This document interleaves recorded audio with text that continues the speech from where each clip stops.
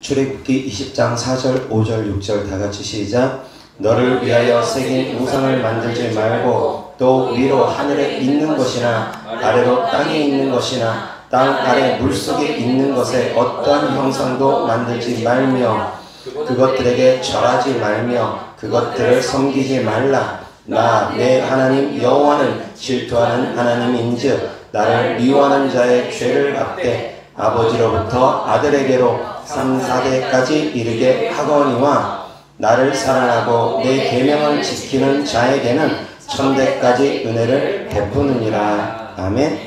자, 오늘 하나님 말씀의 주제는 우상의 어떤 형상도 만들지 말고 절하지 말고 섬기지 말라 라는 주제로 하나님 말씀 전하고자 합니다. 다 같이 따라합니다. 우상의 어떤 형상도 만들지 말고 절하지 말고 섬기지 말라. 아멘. 하나님께서 우리에게 주신 10계명 중에 두 번째 계명입니다. 우상을 만들지도 말고 절하지도 말고 섬기지도 말라는 것입니다. 우상의 어떠한 형상도 하늘에 있는 것이나 땅에 있는 것이나 어떠한 형상도 만들지도 말고 섬기지도 말고 거기에다 절하지도 말라고 합니다.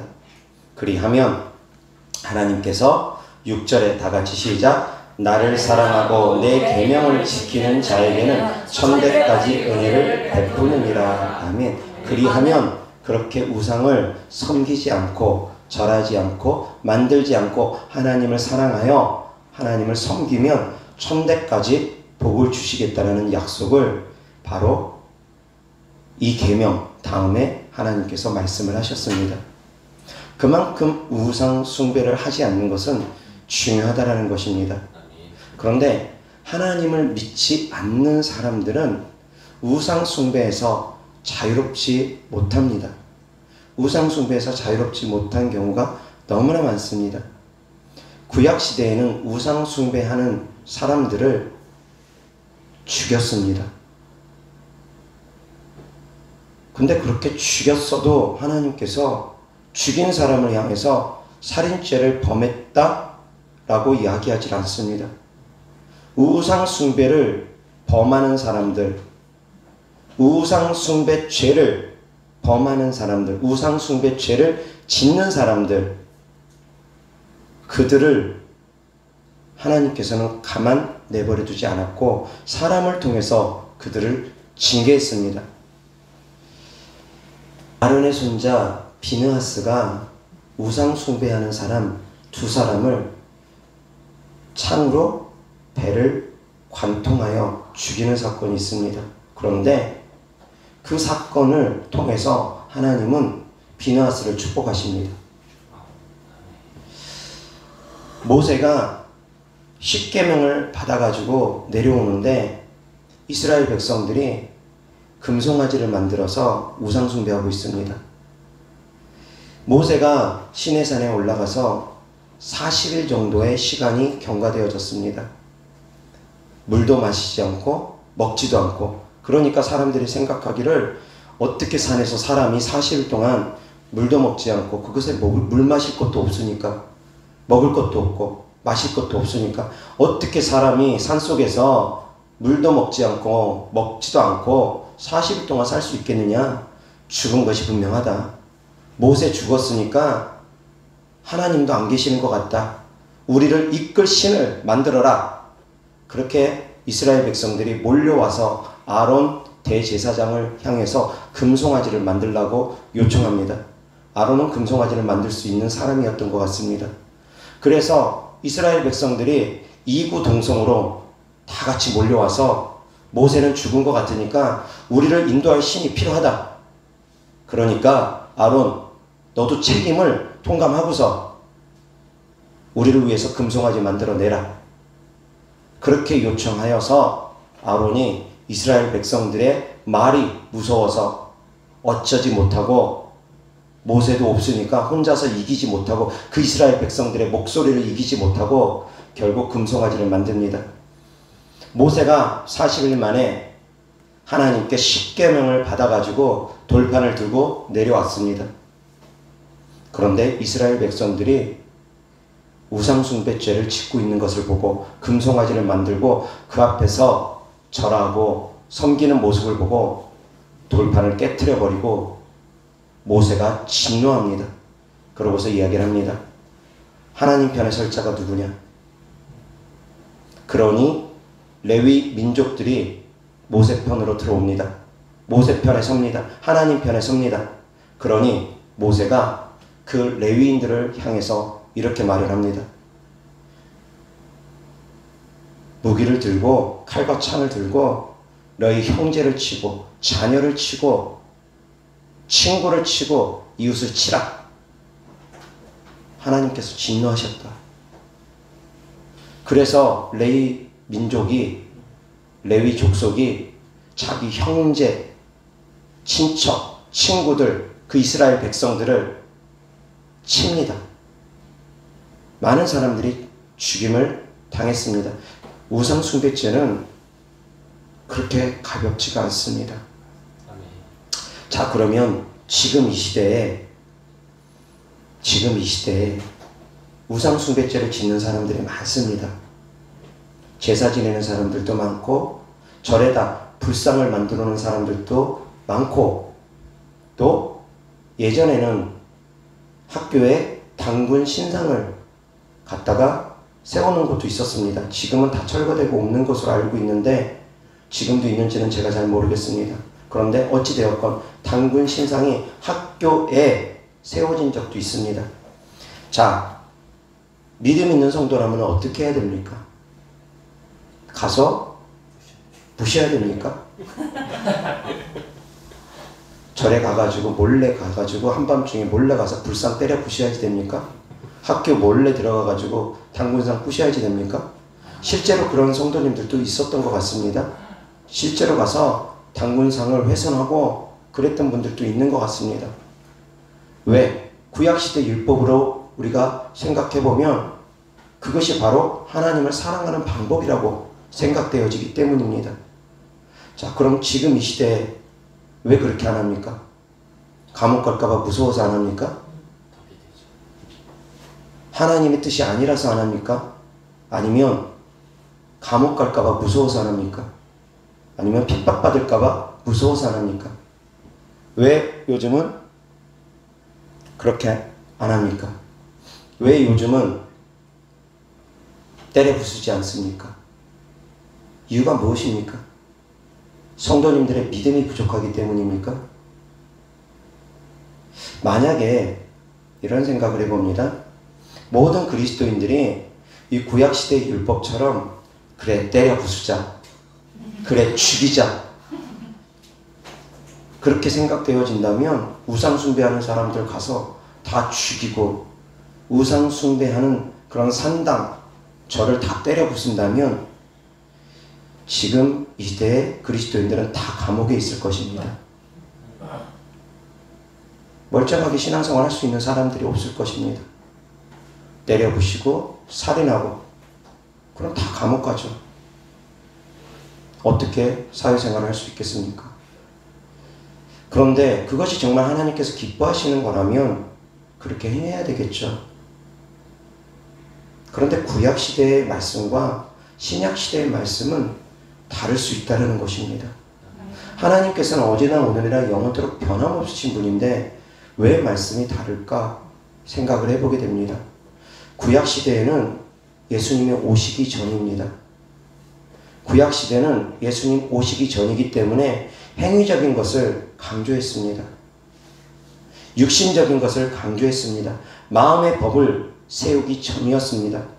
그러나 예수님이 오시고 나서부터는 마음의 법을 더욱더 중요하게 여기십니다. 눈에 보이는 것보다 마음 먼저 변화되라고 주님은 말씀하십니다. 그렇다고 해서 육신적인 것 무시하느냐? 무시하지는 않습니다. 마음이 더 중요한 것을 알려주십니다. 영적인 것이 더욱더 중요함을 알려주십니다. 구약시대는 보여지는 사람과 싸웠다면 신약시대는 보이지 않는 영적 전쟁을 치러야 되는 시대입니다. 과거에는 혈과 육으로 싸웠다면 지금은 보이지 않는 영적 세계와의 영적 전쟁을 치르는 것이라는 것입니다. 다릅니다. 구약시대처럼 동일하게 당군상 가서 깨트리고 불상 가서 깨트리고 그러면 감옥 갑니다. 제가 잠깐 그 법률조항을 찾아봤습니다. 그 법률조항은 형법 366조 재물 손괴죄입니다. 재물 손괴죄를 짓게 되면 3년 이하의 징역 또는 700만 원 이하의 벌금형에 처할 수 있다라는 관련 법이 있습니다. 다시 얘기해서 당군상 가서 깨트리다가 감옥 가거나 벌금형 처벌을 받거나 집행유예 처벌을 받거나 초범일 경우에는 집행유예나 벌금형 처벌을 받을 것이고 초범이 아니라 계속적으로 그러한 범죄를 저지른다면 실형을 선고받을 수도 있을 것입니다. 그런데 만약에 그 당군상을 깨트렸습니다. 그렇다고 해서 그 당군상이 없어집니까? 불상을 깨트렸습니다. 그렇다고 해서 그 불상이 없어집니까? 아닙니다. 또 만들어버리면 그만입니다. 당군상을 깨트리든 불상을 깨트리든 아무리 제사상을 엎어버리든 제사상 다시 차리면 그만이고 불상 다시 만들어버리면 그만이고 당군상 다시 만들어버리면 그만입니다. 성도님들만 그러한 수고 헛되게 하는 것에 불과할 뿐입니다. 제가 늘 말씀을 전할 때 뱀처럼 지혜로우라는 말씀을 전합니다. 말씀에 무지해도 안 됩니다. 말씀을 단순하게 무식하게 받아들여도 안 됩니다. 구약의 율법만 딱 가지고 와가지고 그래 이것이 믿음이구나 그렇게 생각하면서 한밤중에 몰래 학교 들어가가지고 당군상 깨트리고 있고 그런 어리석은 믿음을 가지면 안 됩니다. 어리석은 믿음이라는 것입니다. 자기 딴에는 순결한 믿음이라고 생각할지 모르겠지만 그것은 어리석은 믿음입니다. 제사상 엎어버린다고 해서 제사상 안 차립니까? 또 차립니다. 왜 그 시대와 지금의 시대가 다른가 곰곰이 생각을 해보면 그 시대는 하나님께서 법을 세우기 위해서 율법을 엄하게 주셨습니다. 그리고 또한 이스라엘 선민들을 향해서 주님께서 말씀을 주셨습니다.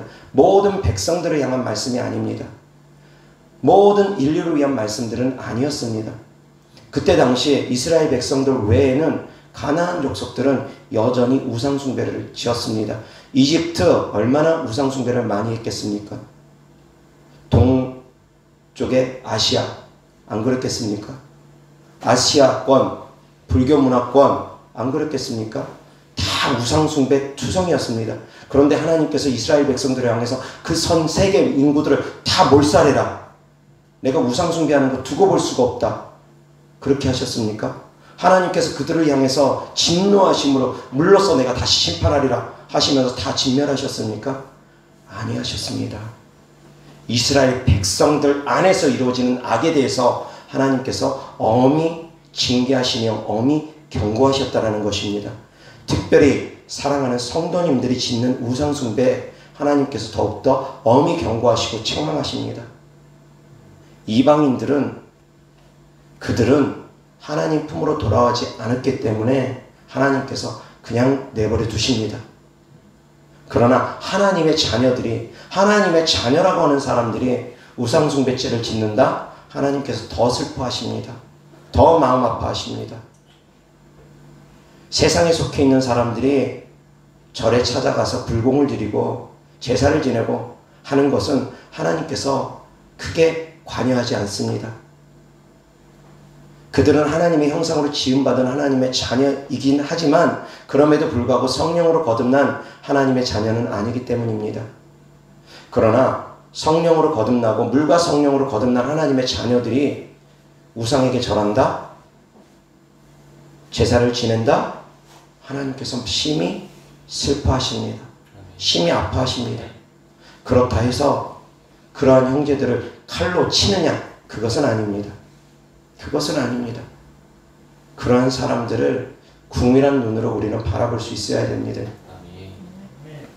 다만 하나님께서 우상 숭배에 대해서는 이토록 금기시한다라는 것, 이토록 싫어하신다라는 것 깨달을 수 있기를 바랍니다.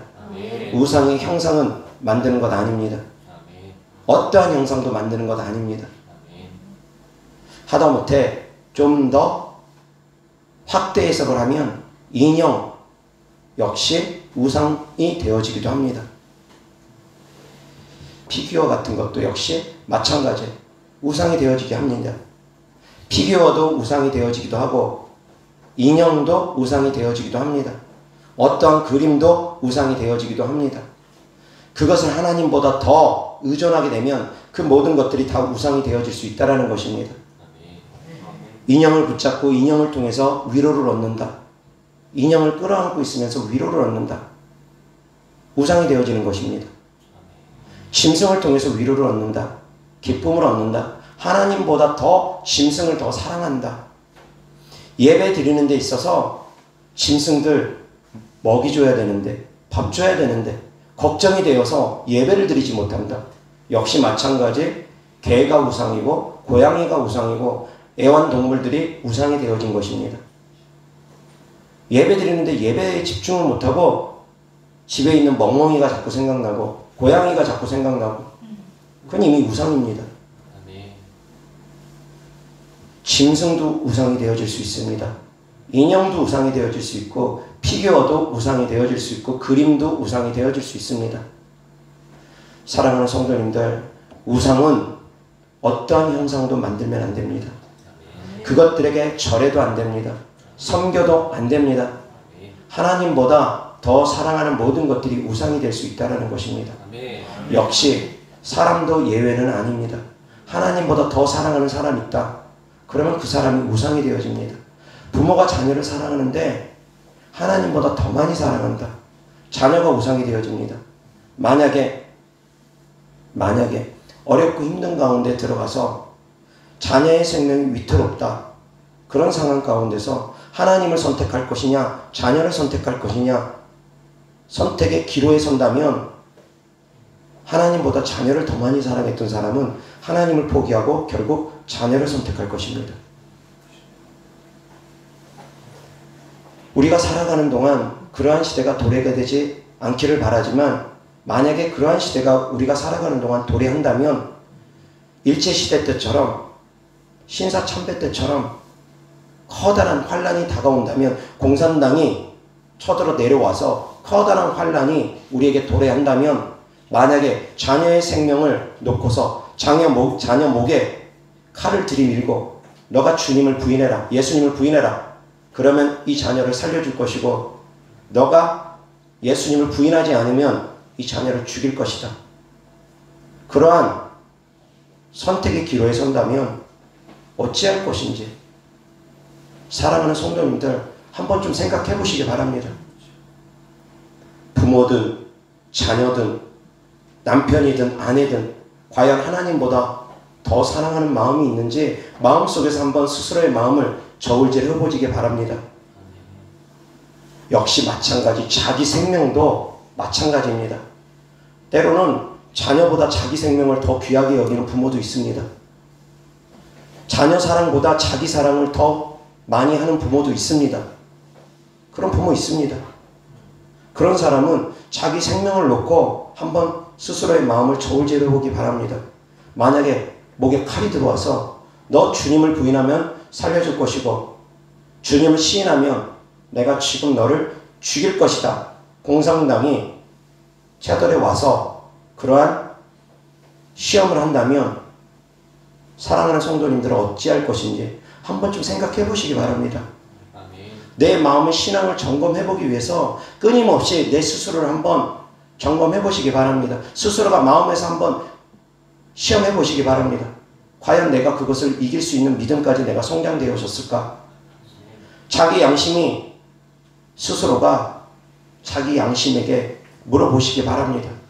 내 믿음의 현주소는 지금 어디까지 왔는지, 내가 가장 사랑하는 것을 내려놓고서라도 내가 주님을 사랑할 수 있는지 자신을 한번 둘러보시기 바랍니다. 그래서 살아가는 성도님들은 어떠한 것도 우상이 되어지지 않기를 바랍니다. 아멘. 하나님을 가장 사랑할 수 있는 성도님들 되기를 바랍니다. 아멘. 마음을 다해서 하나님을 사랑하고 목숨을 다해서 하나님을 사랑하고 뜻을 다해서 하나님을 사랑할 수 있는 성도님들 되기를 주 예수 그리스도 이름으로 축원합니다. 아멘. 그렇게 하나님을 사랑하게 되면 내 마음을 다하는데, 내 생각을 다하는데, 내 목숨을 다하고 내 힘을 다하는데, 그런데 하나님보다 더 사랑하는 것이 있어서 내 믿음을 흔든다, 있을 수 없습니다.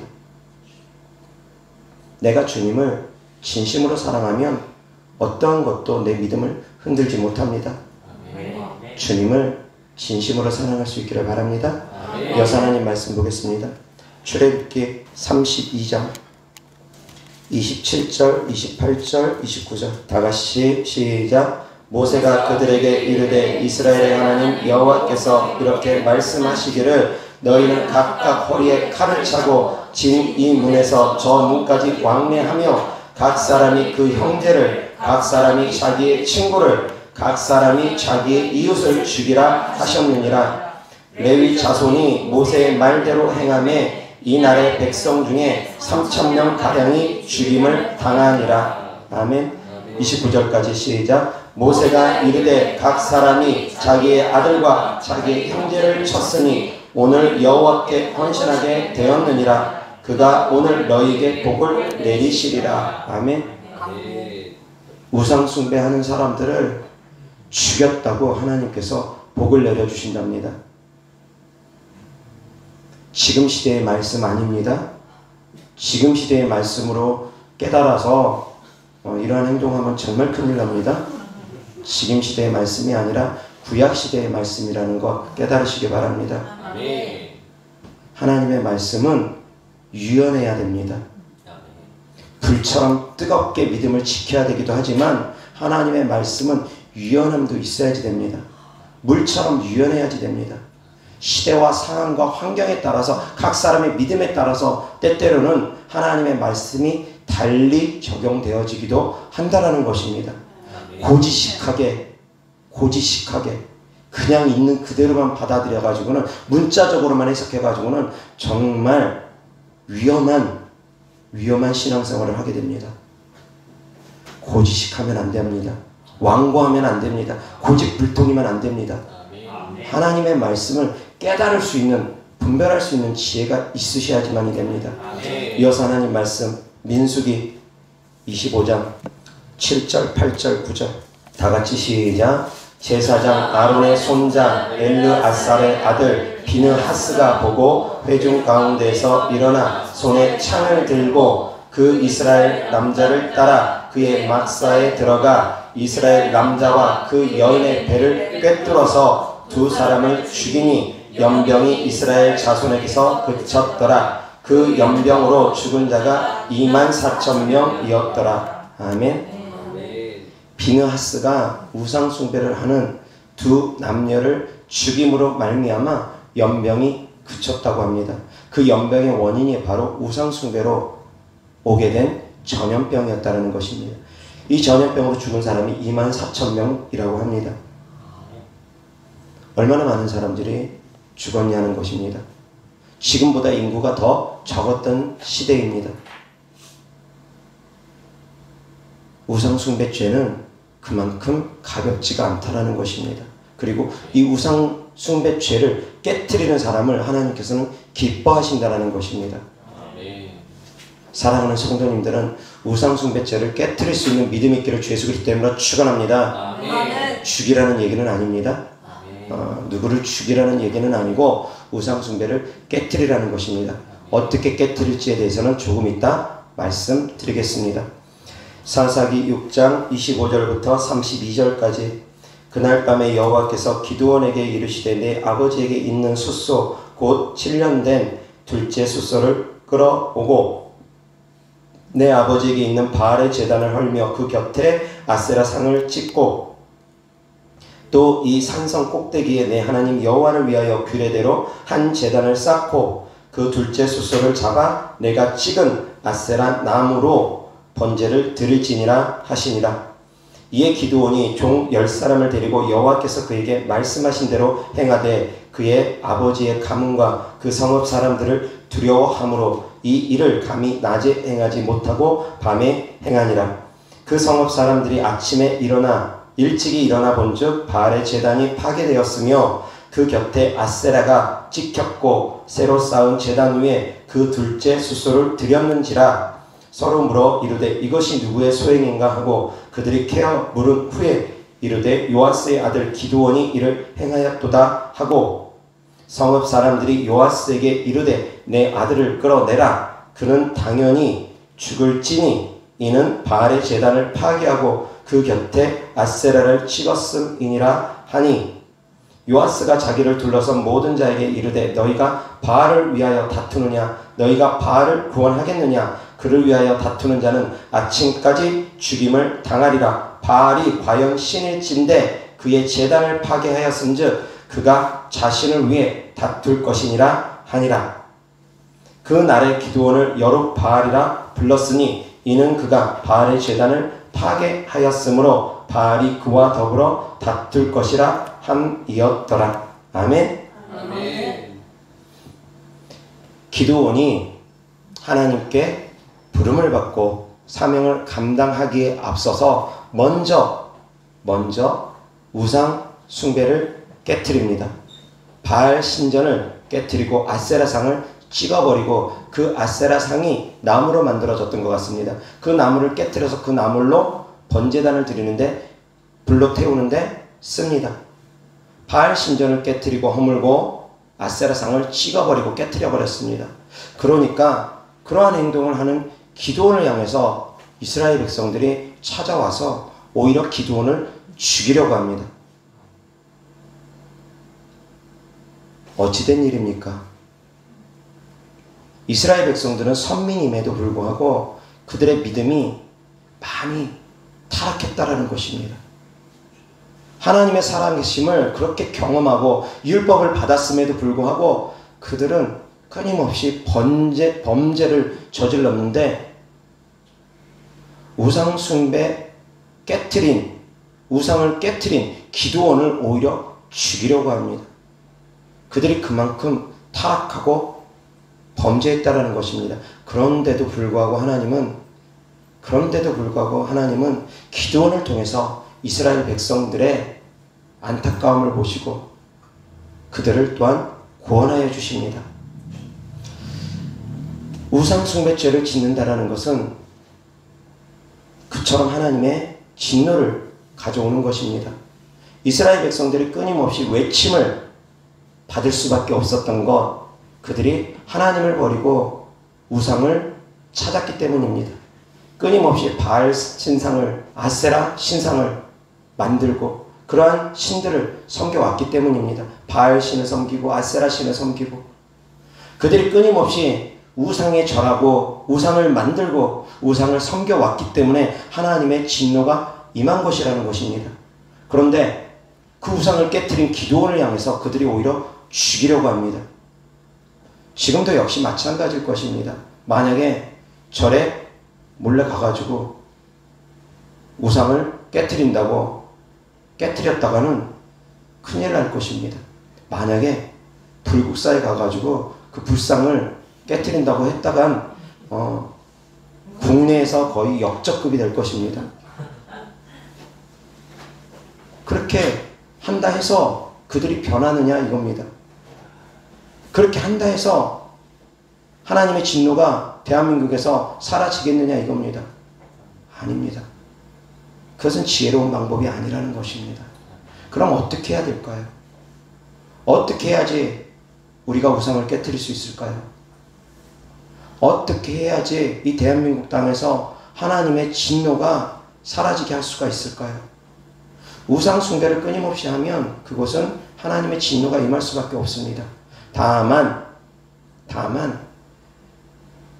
하나님의 선택을 받은 사람이 우상 숭배를 짓는 것과 하나님의 선택을 받지 않은 사람들이 우상 숭배를 짓는 것은 다릅니다. 조금 다르게 얘기해서 하나님은 모든 사람을 택하셨습니다. 아니, 조금 더 정확하게 얘기하면 하나님은 모든 사람을 청하셨습니다. 예수님을 믿으라고 모든 사람을 청하셨습니다. 청함을 받은 사람은 모든 사람입니다. 누구라도 하나님은 청하십니다. 예수님을 믿어야지 구원받는다. 예수님 믿으면 구원해 줄 테니까 예수님만 믿어라. 모든 사람을 청하셨습니다. 그런데 청함받은 사람은 많지만 택함받은 사람은 많지 않다고 했습니다. 청함은 받았으나 예복을 준비하지 않은 사람은 그 가운데서 쫓겨남으로 말미암아 슬피 이를 갈미 있을 것이라 합니다. 청함받은 사람은 많되 택함받은 사람은 많지 않습니다. 택함은 본인이 준비해야 되는 것입니다. 어찌되었건 하나님은 모든 사람을 청하셨습니다. 모든 사람에게 복음을 값없이 주셨습니다. 그런데 그 가운데서 이제 조금 더 깊이 있게 들어가면 그 청함에 응한 사람들, 그 청함에 응한 사람들은 이제 택한 가운데 들어가기 위해서 우상을 깨트려야지 됩니다. 내 삶을 변화시켜야지 됩니다. 청함에 응한 사람들은 달라져야지 됩니다. 청함에 응하지 않은 사람들, 그들은 여전히 멸망받을 자식으로 남아있기 때문에 그들이 불공을 드리든 그들이 우상에게 절을 하든 그들이 소에게 절을 하든 어떤 신을 섬기든 하나님께서는 그들을 심판 때까지는 내버려 두십니다. 즉시로 징계하지는 않으십니다. 그러나 청함에 응한 사람들, 청함에 응한 사랑하는 성도님들이 우상숭배죄를 범한다? 그러면 즉시로 심판을 받을 수가 있습니다. 그것은 하나님께서 심판하시기 때문이 아닙니다. 하나님의 공의에 의해서 즉시로 악한 영들이 그 사람에게 들어옵니다. 그래서 그 사람을 죽이고 도적질하고 멸망시킵니다. 우상에게 절을 하면 영적으로 어떤 일이 벌어지느냐? 악한 영과 주정관계가 맺어지는 것입니다. 악한 영을 주인으로 섬기는 것과 같습니다. 주정관계의 계약을 맺는 것과 같습니다. 그렇기 때문에 우상에게 절하는 순간 악한 영이 그 사람에게 이제 주인 노릇합니다. 얘는 내 밥이다. 얘는 내 거다. 우상들이 그렇게 주장을 합니다. 귀신들이 그렇게 주장합니다. 악한 영들이 그렇게 주장을 합니다. 우상에게 절하는 순간 악한 영들이 그 사람의 주인이 되어서 그 사람 속으로 들어온다는 것입니다. 이렇게 들어온 악한 영들은 쉽게 안 떠나갑니다. 주정관계의 계약을 맺어버렸기 때문에 쉽게 안 떠나갑니다. 그래서 우상숭배를 심히 많이 한 사람들이 귀신 쫓는 과정이 많이 어렵습니다. 많이 힘듭니다. 오래 걸립니다. 본인이 그 주정관계 계약을 깨트려버리고 하나님께로 돌아왔는데도 불구하고 하나님을 주인으로 그렇게 다시 하나님과 재계약을 맺었음에도 불구하고 악한 영들이 여전히 얘는 내 것이다. 계속 끊임없이 주장을 하면서 안 떠나가려고 합니다. 우상에게 절하면 이와 같은 결과가 초래됩니다. 우상에게 절하는 분들이 없기를 바랍니다. 아멘. 우상을 섬기지 않기를 바랍니다. 아멘. 우상을 섬기고 우상을 절하면 악한 영들과 주종관계의 계약이 맺어지기 때문에 그놈들이 합법적으로 들어와서 주인 노릇합니다. 주인 행세합니다. 그래서 그 사람의 영혼을 잡아버리고 그 사람의 육신을 잡아버리고 자기의 뜻대로 그 사람을 쥐락펴락하면서 이끌고 가려고 합니다. 그래서 결국은 그 사람을 지옥까지 끌고 가려고 하는 것입니다. 우상숭배죄가 이토록 위험한 것이라는 것입니다. 하나님께서 심판하지 않아도, 하나님께서 즉시 심판하지 않아도 악한 영이 그 사람의 주인이 되어서 그 사람을 죽이고 도적질하고 멸망시키며 악한 영이 그 사람을 심판한다는 것입니다. 악한 영으로부터 심판을 받게 되는 그러한 형국에 처해지는 것입니다. 그렇다고 해서 마지막 최후 심판 때 앞에서 악한 영이 우리를 심판하는 것 아닙니다. 그러한 의미로 말씀드리는 것 아닙니다. 악한 영이 그 사람 속에 들어와서 그 사람을 죽이고 도적질하고 멸망시킬 수 있는 합법적인 근거를 만들게 된다는 것을 말씀드리는 것입니다. 악한 영들로부터 빌미를 주면 안 됩니다. 그래서 장례식장 찾아가는 것도 상당히 조심해야 됩니다. 장례식장에서 잘못 고개 숙이면 그 장례식장 속에 있는 떠도는 귀신들 그 사람 속으로 들어옵니다. 실제로 저희 사촌 중에 장례식장 초등학교 때 가서 장례식 하는데 장례식장을 초등학생 때 가가지고 그때 이후에 귀신 들려와가지고 정상이었던 사람이 그때 이후로 모자란 사람이, 정신적으로 모자란 사람이 되어버렸다는 것입니다. 최근 들어서 작년인가 저희 교회 와가지고 제가 축사를 하게 되었는데, 그 어렸을 때 타고 들어왔던 그런 귀신들이 끊임없이 나타나는데, 나이가 지금 저보다 위니까 50대 중후반쯤 됐을 것입니다. 그런데 그 속에 있는 귀신들은 다 그 시대에 들어왔던 귀신들. 그래서 하는 행동들이, 귀신들이 하는 행동들이 애 같은 행동들은 계속합니다. 딱지치기 하고 뭐 자치기 하고 새총놀이 하고 그런 놀이들을 합니다. 귀신들이 드러날 때마다. 그런 어렸을 때 그 동심 속에 들어왔던 그 귀신들, 그 시대에 들어왔던 귀신들이 그 사람을 잡고 있으니까 그때의 정신 연령이 머물러 있는 것입니다. 우상 절하면 안 됩니다. 우상 숭배하는 곳에 영적으로 약한 사람 함부로 또 찾아가도 안 됩니다. 영적으로 강해지셔야지 됩니다. 장소의 영향을 받는 사람들도 있습니다. 영적으로 민감한 사람들 장소의 영향 많이 받을 수 있습니다. 그 사람들은 영적으로 강해져야지 됩니다. 그렇지 않으면 안 됩니다. 우상 숭배는 이와 같은 결과를 초래한다는 것입니다. 귀신들을 불러들이게 되고 귀신들이 주인이 되게 만들어서 그 사람의 삶을 망가뜨려 버립니다. 그 사람의 인생을 망가뜨려 버립니다. 그래서 결국은 그 사람을 지옥까지 끌고 간다는 것입니다. 그래서 우상 숭배하면 안 되는 것입니다. 하나님의 엄한 심판이 있다. 그것 때문에 두려워한다. 그것은 나중입니다. 최후 심판대 앞에서 심판받는 것은 나중입니다. 그때까지 하나님께서는 우리를 심판하지 않으십니다. 때때로 하나님의 사랑하는 자녀들 징계하시기도 하지만, 빠르게 징계하시기도 하시지만 일반적으로는 그렇지 않습니다. 지켜보십니다. 주로 지켜보십니다. 그런데 악한 영들은 즉시로 틈탑니다. 성도님들이 죄를 범할 때마다 즉시로 틈타는데, 특별히 우상숭배의 죄를 범할 때 더 많이 들어옵니다. 더 강력한 놈들이 들어옵니다. 그래서 그 사람에게 주인 노릇합니다. 그래서 우상숭배 죄는 모양이라도 버려야 됩니다. 악은 모양이라도 버리라는 말씀처럼 우상숭배 죄는 모양이라도 버릴 수 있기를 주 예수 그리스도 이름으로 축원합니다. 곧 있으면 추석 명절입니다. 그래서 모양이라도 좀 버리라고 합니다. 제사 음식조차도 먹는 것 바람직하지 않습니다. 제사 음식 차리는 것 바람직하지 않습니다. 다 우상숭배죄에 동참한 결과를 초래할 수 있습니다. 우상숭배 죄에 다 동참한 사람들입니다. 제사상 차리는 사람이나 제사 음식 먹는 사람이나 제사상에 절하는 사람이나 제사 음식 차리라고 돈 주는 사람이나 다 같은 공범이 된다는 것입니다.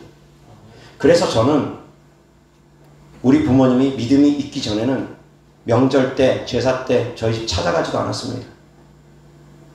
그 일로 인해서 제가 부모와의 관계가 끊어진다 할지라도 저는 그 부분만큼은 정말 철저하게 지키려고 했습니다.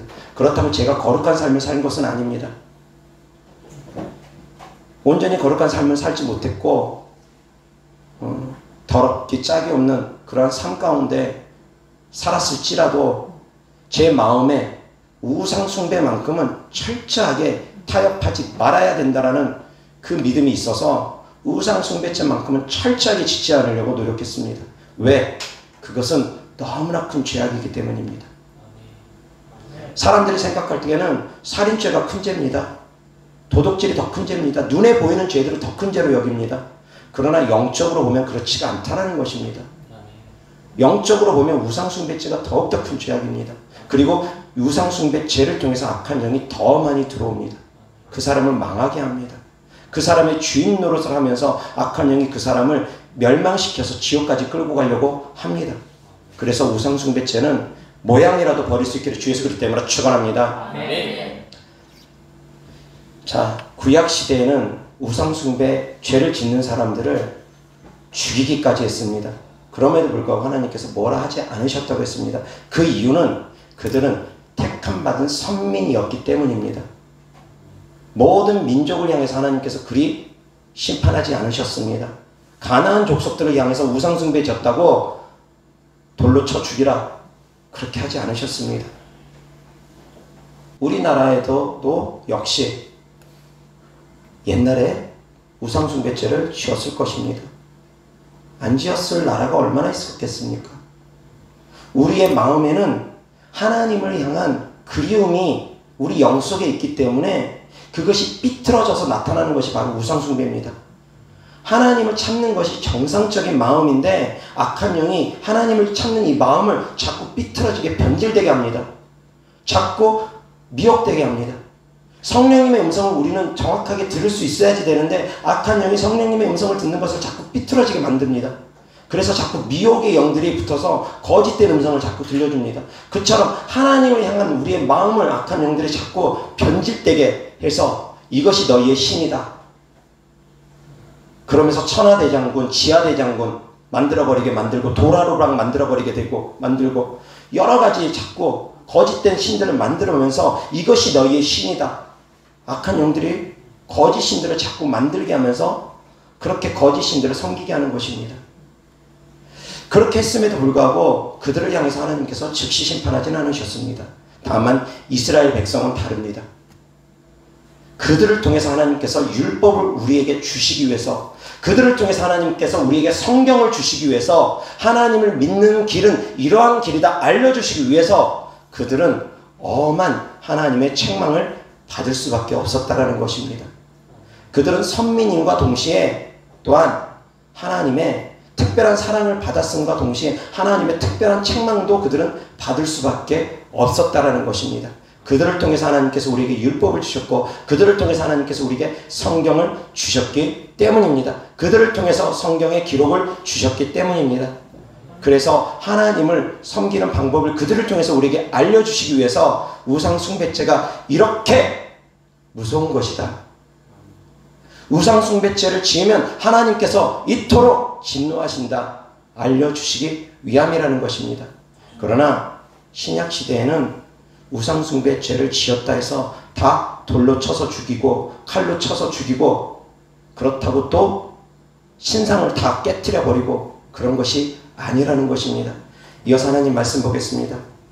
사도행전 19장 23절부터 41절까지 그때쯤 되어 이 도로 말미암아 적지 않은 소동이 있었으니 즉 데메드리오라 하는 어떤 은장색이 은으로 아데미의 신상 모형을 만들어 직공들에게 적지 않은 벌이를 하게 하더니 그가 그 직공들과 그러한 영업하는 자들을 모아 이르되 여러분도 알거니와 우리의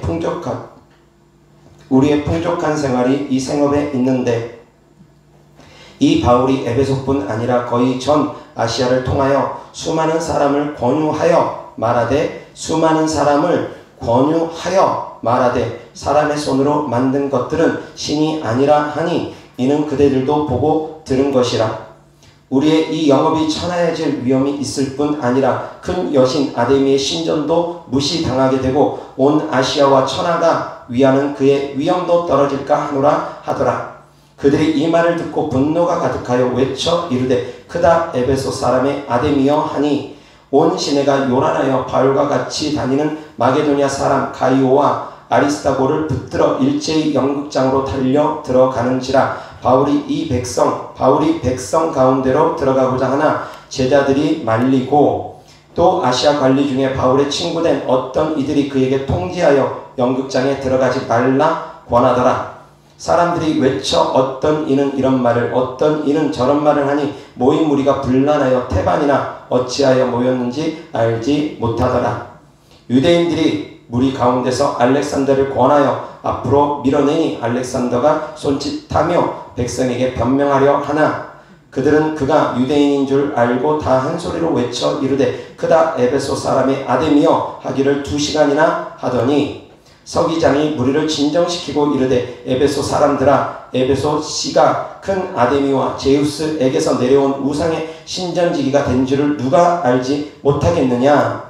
이 일이 그렇지 않다 할 수 없으니 너희가 가만히 있어서 무엇이든지 경솔이 아니하여야 하리라. 신전의 물건을 도둑질하지도 아니하였고 우리 여신을 비방하지도 아니한 이 사람들을 너희가 붙잡아 왔으니 만일 데메드리오와 그와 함께 있는 직공들이 누구에게 고발할 것이 있으면 재판날도 있고 총독들도 있으니 피차 고소할 것이요 만일 그 외에 무엇을 원하면 정식으로 민회에서 결정할지라. 오늘 아무 까닭도 없는 이 일에 우리가 소요 사건으로 책망받을 위험이 있고 우리는 이 불법 집회에 관하여 보고할 자료가 없다 하고 이에 그 모임을 흩어지게 하니라.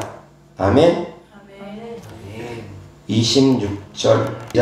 이 바울이 에베소뿐 아니라 거의 전 아시아를 통하여 수많은 사람을 권유하여 말하되 사람의 손으로 만든 것들은 신이 아니라 하니 이는 그대들도 보고 들은 것이라. 아멘.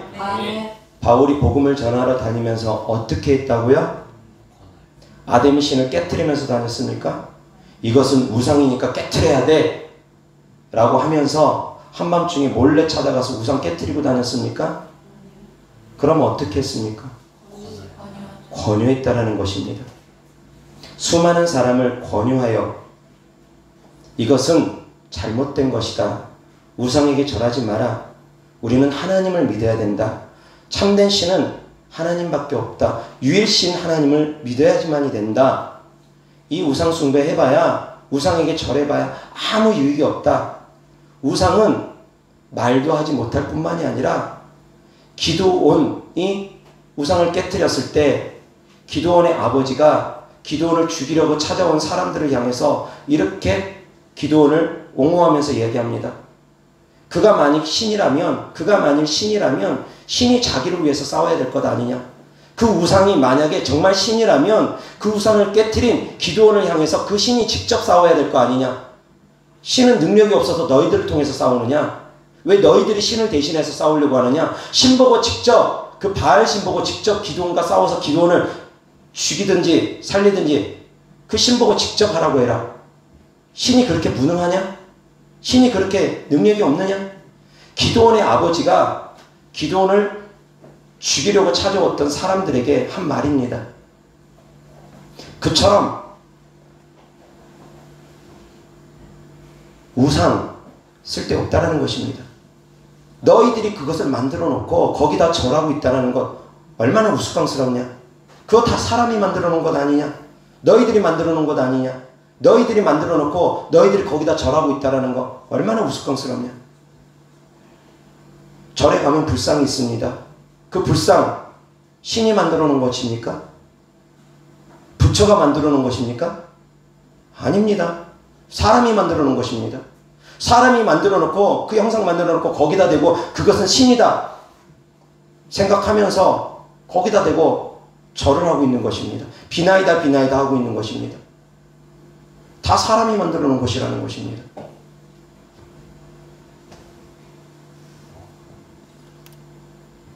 그렇게 바울은 복음을 전함에 있어서 권유했다라는 것입니다. 권면했다라는 것입니다. 우상 숭배하는 사람들을 돌로 쳐서 죽이지도 않았고 우상을 깨트리지도 않았습니다. 다만 우상 숭배하는 사람들을 설득했습니다. 권면했습니다. 권유했습니다. 그들에게 복음을 전했습니다. 이것이 바로 우상을 깨트리는 방법이라는 것입니다. 지금 이 시대에는 복음을 전하는 것입니다. 제사 지내는 가족들 복음을 전해야 됩니다. 그거 쓸데없어. 제사 지낸다고 무슨 유익이 있어? 쓸데없는 거지. 정말 믿지 않는 사람이 믿지 않는 조상이 와서 밥을 먹는다면 왜 1년에 한 번만 제사상 차려? 귀신은 배 안 고파? 맨날 밥상 차려줘야지. 하루 3끼 밥상 차려줘야지. 왜 그렇게 안 하고 1년에 한 번만 밥상 차려주냐고. 쓸데없는 것 아는 것입니다. 그래봐야 쓸데없는 것 아는 것입니다. 사랑하는 성도님들, 복음을 전하시기 바랍니다. 아멘. 복음을 전하시기 바랍니다. 제사상 차려놓으면 죽은 조상이 와서 제사상을 먹는 것이, 제사상의 음식을 먹는 것이 아니라 귀신들이 와서, 그 귀신들은 죽은 조상이 아닙니다. 악한 영들의 쫄따구들입니다. 악한 영들의 일부분입니다. 귀신들이 와서 제사상의 밥들을, 제사상의 음식들을 먹고 마신다라는 것입니다. 물론 우리 눈에는 안 보입니다. 그 섬김을 받는다라는 것입니다. 제사상에서 절하는 사람들 그 앞에서 넋죽 절을 받는다라는 것입니다. 그리고서 그들 속에 들어가서 주인 노릇하는 것입니다. 그래서 그들 속에 들어와서 그들과 더불어 먹고 그들과 더불어 마시게 되는 것입니다. 그 사람의 주인 노릇하게 되는 것입니다. 그 사람이 느끼는 육적인 쾌감, 그 사람 속에 들어와서 같이 악한 영들이 느낀다라는 것입니다. 귀신 쫓다 보면 그런 일들 종종 있습니다. 귀신 쫓는 가운데 귀신이 그런 말 한마디씩 합니다. 얘 밥 좀 먹여주라고. 얘 고기 먹고 싶다고. 때때로는 귀신이 고기 먹고 싶다고 해서 그 사람을 충동질해가지고 귀신이 그 사람에게 고기 먹게 합니다. 그런 일도 있습니다. 귀신이 그 사람 속에서 하나가 되어버리면 귀신들이 먹고 싶은 거 그 사람이 먹습니다. 귀신들이 마시고 싶은 거 그 사람들이 마시게 되는 것입니다. 귀신들이 담배 피고 싶으면 그 사람이 담배 피게 되는 것입니다. 귀신들이 술 먹고 싶으면 그 사람이 술 먹게 되는 것입니다. 그 사람 몸이 자기 몸이고 자기가 좋아하고 자기가 원해서 사는 것 같지만 영적으로 들여다보면 귀신이 그 사람의 주인 노릇하면서 귀신이 하는 대로 시키는 대로 따라하는 경우가 종종 있습니다. 영적으로 들여다보면 그런 일들이 비일비재하게 있다라는 것입니다. 귀신에게 절하는 순간, 우상을 섬기는 순간 귀신을 주인으로 불러들이는 일을 하게 됩니다. 사랑하는 성도님들, 악은 모양이라도 버리시고 우상을 깨트리기 위해서 가족들에게 저주가 물러가기를 바라면 가족들에게 있는 우상이 빨리 깨어지기를 기도하시며 복음을 전하셔야지 됩니다. 가족들에게 속히 복음을 전하셔야지 됩니다. 그렇지 않으면 그 가족들을 통해서 그 집안에 귀신들은 계속 활동하게 될 것입니다. 계속 불러들이니까, 계속 섬기니까. 사랑하는 성도님들은 우상에게 절하지도 말고 섬기지도 말고 우상의 형상 만들지도 말고 좋아하지도 마시기 바랍니다. 그리고 주변 가족들, 주변 친척들 속히 전도하여서 주변 가족들을 통해서도 귀신들이 들어오지 않도록 그렇게 하시기 바랍니다. 주변 가족들을 통해서도 얼마든지 귀신은 그 집안에 들어올 수 있습니다. 그 주변 가족들이 끊임없이 우상 숭배를 하게 되면, 제사를 드리게 되면 그 가족들을 통해서도 귀신들은 그 집안에서 계속 활동할 것입니다. 다만 사랑하는 성도님들이 영적으로 강하면 성도님들을 어떻게 헤아려 하지는 못할 것입니다. 호시탐탐 노리기는 하지만 성도님들이 영적으로 강하면 성도님들은 털끝 하나 건드리지 못할 것입니다. 그래서 겁먹지 마시고 두려워하지 마시고 사랑하는 성도님들은 오히려 그 집안에서 제사를 몰아내고 우상숭배를 몰아낼 수 있는 성도님들 될 수 있기를 주 예수 그리스도 이름으로 축원합니다. 기도하겠습니다. 좋으신 아버지 하나님 감사합니다. 우리가 우상은 어떤 모양이라도 만들지도 말고 섬기지도 말고 그것들에게 절하지도 않게 되어지기를 원합니다. 아버지 하나님, 우상 숭배는 모양이라도 버릴 수 있기를 원합니다. 좋으신 아버지 하나님, 주님의 사랑하는 자녀들, 우상이 다양하게 많다는 것을 깨닫고 사람이 우상이 되지 않고 짐승이 우상이 되지 않고 인형이나 피규어 등 그림이 등 어떠한 것도 하나님보다 더 사랑하는 우상이 되지 않게 하여 주시고, 특별히 추석 명절 얼마 남지 않았습니다. 명절 때 우상 숭배죄를 범하는 자녀들이 없도록 하여 주시옵소서. 지혜롭게 행할 수 있게 하여 주시옵소서. 강하고 담대히 믿음을 지킬 수 있게 하여 주시옵소서. 주님께 드려진 예물을 축복합니다. 주님께 드려진 마음이고 사랑이고 헌신이오니 주께서 기뻐 받으시고 30배, 60배, 100배 심은 대로 열매 맺게 하여 주시옵소서. 우리 주 예수 그리스도 이름으로 감사하며 기도드렸습니다. 아멘.